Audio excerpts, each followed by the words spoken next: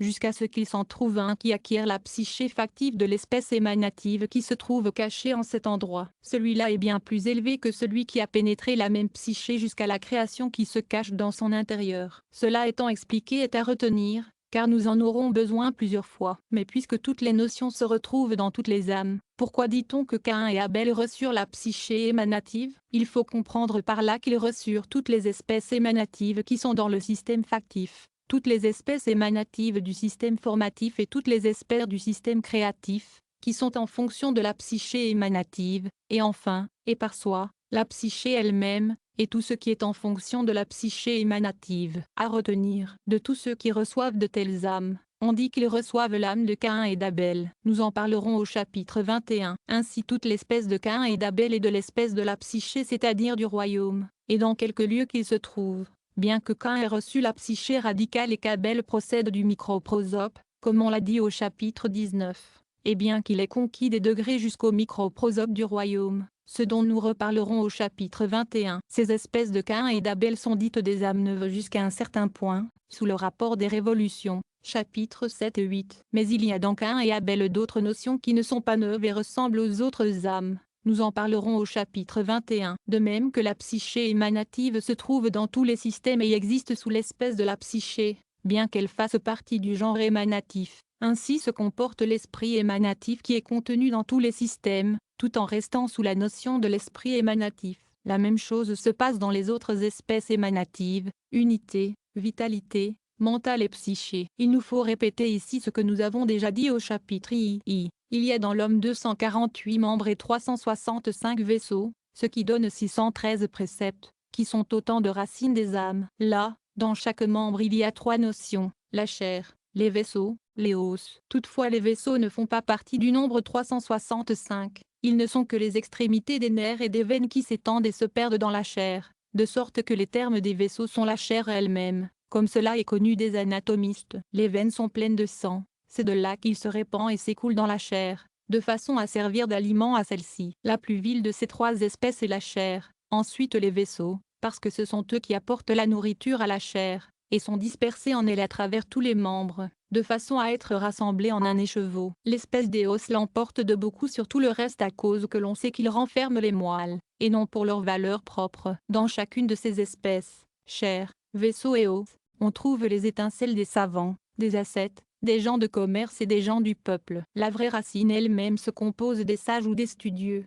Le reste ne ressemble qu'aux feuilles et aux écorces. Voir chapitre 4. Il faut savoir, comme cela a déjà été dit dans la deuxième partie, que les vaisseaux et les os se divisent aussi en 10 numérations, qui sont les parties internes et externes d'elles-mêmes. Et comme nous avons trouvé que dans le microprosope sont les cerveaux, les 5 bontés qui sont contenues dans date ou sa connaissance et que, par là même, nous avons trouvé en lui-même, la chair, les vaisseaux et les os qui sont les côtés de l'extériorité. Mais ensuite il y a quand même une nature intérieure, qui s'étend à tous les côtés de l'extériorité, c'est-à-dire à la chair, aux vaisseaux et aux os. Nous savons déjà que dans un corps les lumières n'existent pas toujours sous leur propre notion. Par exemple, le membre tête se retrouve dans l'intériorité du bras, et ainsi de suite. Cela se passe comme nous l'avons expliqué dans ce traité de l'homme et de l'arbre de la connaissance en disant comment il fut cause que date où la connaissance du microprosope descendit dans la beauté entre ses 2 épaules. Par là on comprendra ce que nous avons dit et ce que nous allons dire de Caïn et d'Abel au chapitre 22. On voit par là que quelquefois dans une âme quelconque un membre quant aux choses extérieures, et un autre membre quant aux intérieures, soit plus grand soit plus petit. Il faut savoir aussi, comme nous avons vu dans la deuxième partie, que dans le microprosope on trouve l'idée d'une image qu'on appelle Tselem et qui est la lumière qui entoure la lumière interne. Ainsi nous ne trouverons nulle lumière au monde qui ne soit divisée en lumière interne et lumière ambiante comme on l'a dit dans la partie 2 au chapitre 2. La même chose se passe dans toutes les âmes, et on retrouve en elles la lumière ambiante et la lumière interne. On sait que la lumière ambiante est très grande. C'est de cette lumière dont il est dit dans le psaume 39. Verset 7. L'homme passe comme une image. Sachons aussi que lorsque les âmes tombées dans les profondeurs des écorces en sortent pour venir dans ce monde et entrer dans un corps, elles ne peuvent pas révoluer de suite ni entrer sur le champ dans un corps, aussitôt sorties des écorces, à moins que ce soit sous la forme de la lumière et d'images ambiantes, avec 3 hommes se suivant l'un l'autre et faisant partie de la même racine que cette âme. Voir chapitre 5. Ce n'est qu'après ces 3 révolutions qu'elle peut rentrer dans le monde à l'état d'âme interne, et c'est ce qu'on appelle la première révolution. N'importe quelle âme de n'importe quelle racine, parmi celles qui sont plongées dans les écorces, et placée autour de la tête d'un homme qui se trouve être de sa racine. Elle est là sous la forme de la lumière ambiante et fournit ainsi 3 tours. Ensuite elle devient lumière intérieure dans son corps même et l'on dit qu'elle accomplit sa première évolution. Et quand une autre âme sort des écorces, la même chose se passe, une lumière ambiante vient entourer la lumière interne. Et cela jusqu'à 3 fois. Et cela se passe ainsi pour toutes les âmes depuis la fondation du monde jusqu'à ce jour. Il faut le bien noter. Chapitre 21. Revenons maintenant à ce que nous avons promis d'exposer dans le chapitre 19 et remontons au principe de ces âmes qu'on appelle caïnites et abéliques et qui sont des espèces provenant de la psyché émanative. Nous aurons à parler ici de l'esprit qu'est Élie, de vénérée mémoire, et également du mental qu'est Enoch. Nous savons déjà, voir chapitre 15, qu'on appelle les âmes qui restèrent dans Adam, le gâteau du monde primordial. Sur ce point nous nous sommes suffisamment expliqués. Ce que nous avons à dire sera d'autant mieux compris que nous avons annoncé au chapitre 19 qu'Adam légua héréditairement à Caïn et Abel la psyché émanative, et que cette psyché comprenait en elle la totalité de la psyché émanative qui est contenue dans les 3 systèmes inférieurs, ce qui nous apprend clairement que la psyché émanative elle-même se sépara tout à fait d'Adam lors du péché, mais la psyché émanative en tant qu'elle existe dans les 3 systèmes inférieurs, ne se sépara pas, et ce sont ces notions qu'on appelle le gâteau du monde dont nous avons déjà parlé, c'est-à-dire les 100 couronnes qui sont toutes de l'espèce de la psyché émanative, en tant qu'elles se cachent à l'intérieur des 3 systèmes inférieurs. Celles-là restèrent dans Adam et quand Caïn et Abel naquirent, ils reçurent cette espèce qu'on dit être le gâteau du monde. En même temps ils reçurent la psyché émanative elle-même telle qu'elle est. Il ne faut pas s'étonner qu'il fût possible à Caïn d'être digne de la psyché émanative bien que dans le Zohar on l'appelle un repère d'impureté, la pourriture du serpent. On sait qu'Adam fut formé de la main même du Dieu très saint, qu'il fut la plus excellente de toutes les créatures et que toutes les âmes furent contenues en lui et en même temps. Caïn et Abel. Caïn fut l'aîné et l'on sait que l'aîné est toujours le plus parfait de tous les fils. Cela apparaît bien mieux encore du fait que Dieu parla à Caïn lui-même sous les apparences de la phrase et du nom tétragramme, autrement dit sous la figure de l'amour et de la miséricorde, comme on le voit dans la Genèse 4. Verset 7, et dit le tétragramme à Caïn, et non sous le front de la sévérité comme nous voyons qu'il parla avec Biléam, avec Abimélec et avec Laban. Donc Caïn fut prophète. Nos maîtres vénérés ont dit suivant la Genèse 4.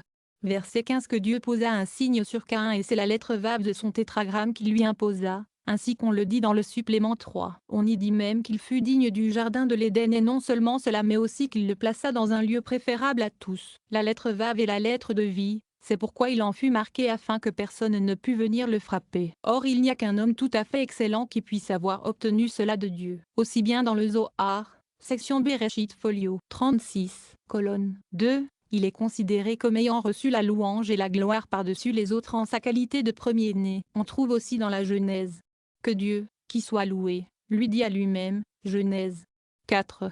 Verset 10, des paroles qu'explique le texte de la Genèse 49. Verset 3, où l'on voit qu'il est donné à Ruben plus d'élévation et plus de force. Voir chapitre 23, ce que le paraphraste chaldéique Onkelos explique par la primogéniture, et le sacerdoce. Et il est dit à Caïn, si tu veux monter plus haut, ce qui indique clairement qu'il ne fut pas tout mal et qu'il y avait du bon en lui. Nous avons trouvé aussi dans les suppléments folio 116, colonne 2, que le péché de Caïn fut restitué dans Jéthro. Il résulte de là qu'il pécha comme son père et qu'il fut restitué dans Jéthro. Au folio 7 du même livre, il est dit que Caïn avait la succion des 2 espèces, du bien et du mal, ce qui représente l'arbre de la connaissance du bien et du mal. C'est ce qui fait dire à Ève, Genèse 4 verset 1, j'ai reçu cet homme par le tétragramme, et quoique le mot désigne aussi un nid, donc fondamentalement impur, par métathèse il peut devenir c'est-à-dire pur. Il en résulte que le bien qui se trouvait en lui était tout à fait excellent puisque Ève dit, j'ai conquis cet homme par le tétragramme. Au folio 110 et 112 des suppléments. En commentaire du passage de l'Exode 2, verset 12, et il se tournait de ci et de là, on dit que Rabbi Siméon dit à son fils que Caïn provenait de l'arbre du bien et du mal, et que le bien qui était en lui s'étendit par révolution jusqu'au Kénite c'est-à-dire, Jéthro. Il est donc clair que la part du bien ne fut pas moins grande en lui que la part du mal. Sachant d'ailleurs qu'aussi bien le mal était mêlé au bien dans Abel, à propos de quoi on dit dans les suppléments que, par révolution, Abel fut Moïse. On y dit aussi, folio 115 et 127, que d'une part Abel fut bon et d'autre part mauvais. Au folio 3 que Ève engendra Caïn qui fut violent et dur et ensuite Abel qui se montra fort doux. Donc il nous paraît que dans tous deux le mal fut mélangé au bien. avec cette différence toutefois qu'Abel fut plus doux que Caïn. Au même endroit on dit aussi qu'ils se séparèrent inversement et qu'ils furent en un corps propre à chacun, et que c'est de l'un de ces corps que descendent les âmes des impies. Nous reparlerons de cela au chapitre 25. On ne doit point s'étonner qu'il y ait eu du mal en Abel, car la populace, qui sortit d'Égypte avec les Israélites, tirait son origine de la partie mauvaise qui était dans Abel. C'est pourquoi Moïse voulut donner son âme pour eux, car par révolution il avait en lui l'âme d'Abel. Voir Nombre 11, verset 15, que je ne vois pas mon mal, sur quoi nous reviendrons en son lieu. Et aussi dans le Zohar section Bereshit, folio 24 sur le texte de la Genèse 4, verset 27, le péché s'installe à la porte. On dit que cette partie d'impureté s'accola à Caïn et s'étendit sur lui. Il en résulte que Caïn n'était pas l'impureté en soi, mais qu'il attira en lui l'impureté. On lit aussi dans Zohar dans Tosifta qu'Adam interrogea Caïn en ces termes. Mon fils, quelle est ta peine? Il est constant que Dieu parla à Caïn, tandis qu'Adam restait ignorant de tout et n'apprit le crime que par Caïn lui-même. Et ce fut par Caïn alors qu'Adam fut incité à la pénitence. D'ailleurs il répugne à la raison de supposer que le premier fils né dans le monde fut impureté. Tout cela est manifeste pour le sage. Dans le Zohar section Bereshit folio 28, on trouve les textes suivants. Rabbi Siméon dit sous le nom du vieillard Rabbi Jeba, ses fils furent touchés par le serpent, mais ne reçurent point sa forme inférieure. Ils furent donc différents et ne ressemblèrent pas à Seth, et quoique l'impureté serpentine se fût accolée à eux, ils ne furent pas cette impureté elle-même. Ceux qui comprennent en savent assez là-dessus, pour que nous n'ayons pas besoin d'en dire plus. Il ne faut pas oublier toutefois que Caïn et Abel naquirent après le péché d'Adam. Et comme il est dit dans le Zohar section Bereshit, folio 54, il les engendra après s'être attachés à sa partie immonde. On trouve aussi cela à la section Armot, folio 76. Les âmes étaient alors mêlées de bien et de mal, et alors étaient engendrés Caïn et Abel mélangés de bien et de mal. Mais le mal qui était dans Caïn était violent, parce qu'il provenait de la sévérité, tandis que le mal qui était dans Abel était plus atténué parce qu'il provenait de la miséricorde. Ainsi tous deux, aussi bien Caïn qu'Abel, sont doubles, une partie bonne, une mauvaise. Donc l'âme elle-même de Caïn et d'Abel était de la partie du bien qui était en eux, et eux-mêmes tiraient leur origine des trois mondes inférieurs, c'est-à-dire de cette partie de soi qui s'y cache, comme il se passe pour toutes les âmes, car nous savons qu'il n'y a point d'âme dans laquelle il n'y ait une partie quelconque de tous les mondes, et cette partie est ce qu'on appelle au propre l'âme de Caïn et d'Abel. Et ainsi il possédait la psyché de la faction, l'esprit de la formation et le mental même de la création. On trouve dans la suite une autre espèce, la psyché de l'émanation qui est insérée dans tous les degrés jusqu'à l'extrémité du monde factif voir chapitre 20. C'est elle qu'on appelle le gâteau du monde et qui fut jointe à la psyché émanative qu'on appelle la splendeur supérieure, comme nous l'avons dit. Lorsqu'Adam engendra Caïn et Abel, il est clair que la psyché, l'esprit et le mental de la création, formation et faction entrèrent en eux, et qu'ils étaient de l'espèce des âmes séparées d'Adam et plongées dans les écorces. En outre ils furent dignes de recevoir le gâteau du monde qui resta dans Adam, c'est-à-dire les couronnes et les espèces émanatives existant dans les trois mondes inférieurs, et en outre de tout cela la psyché émanative supérieure elle-même, d'où l'on voit que toutes les âmes des trois mondes inférieurs de la première espèce sont égales à toutes les autres âmes qui sont séparées d'Adam. Cependant cette espèce qu'on appelle le gâteau du monde possède, avec la psyché émanative elle-même, une grande prérogative et une précédence marquée sur les autres âmes, parce qu'elle est de l'émanation, c'est qu'elle n'est pas plongée dans les écorces. Toutefois cette espèce du gâteau du monde, elle aussi fut atteinte par le péché de Caïn et Abel, comme nous le dirons plus loin. Remarquons que chaque fois que l'on fait mention des espèces de Caïn et d'Abel dans un homme, on indique par là la partie noble qui diffère du reste des âmes. Le processus de révolution est le même que nous avons décrit au chapitre 8. Cette espèce est dite celle des âmes en quelque sorte neuve au point de vue de la révolution, car ce gâteau ne fut pas plongé dans les écorces par le péché d'Adam,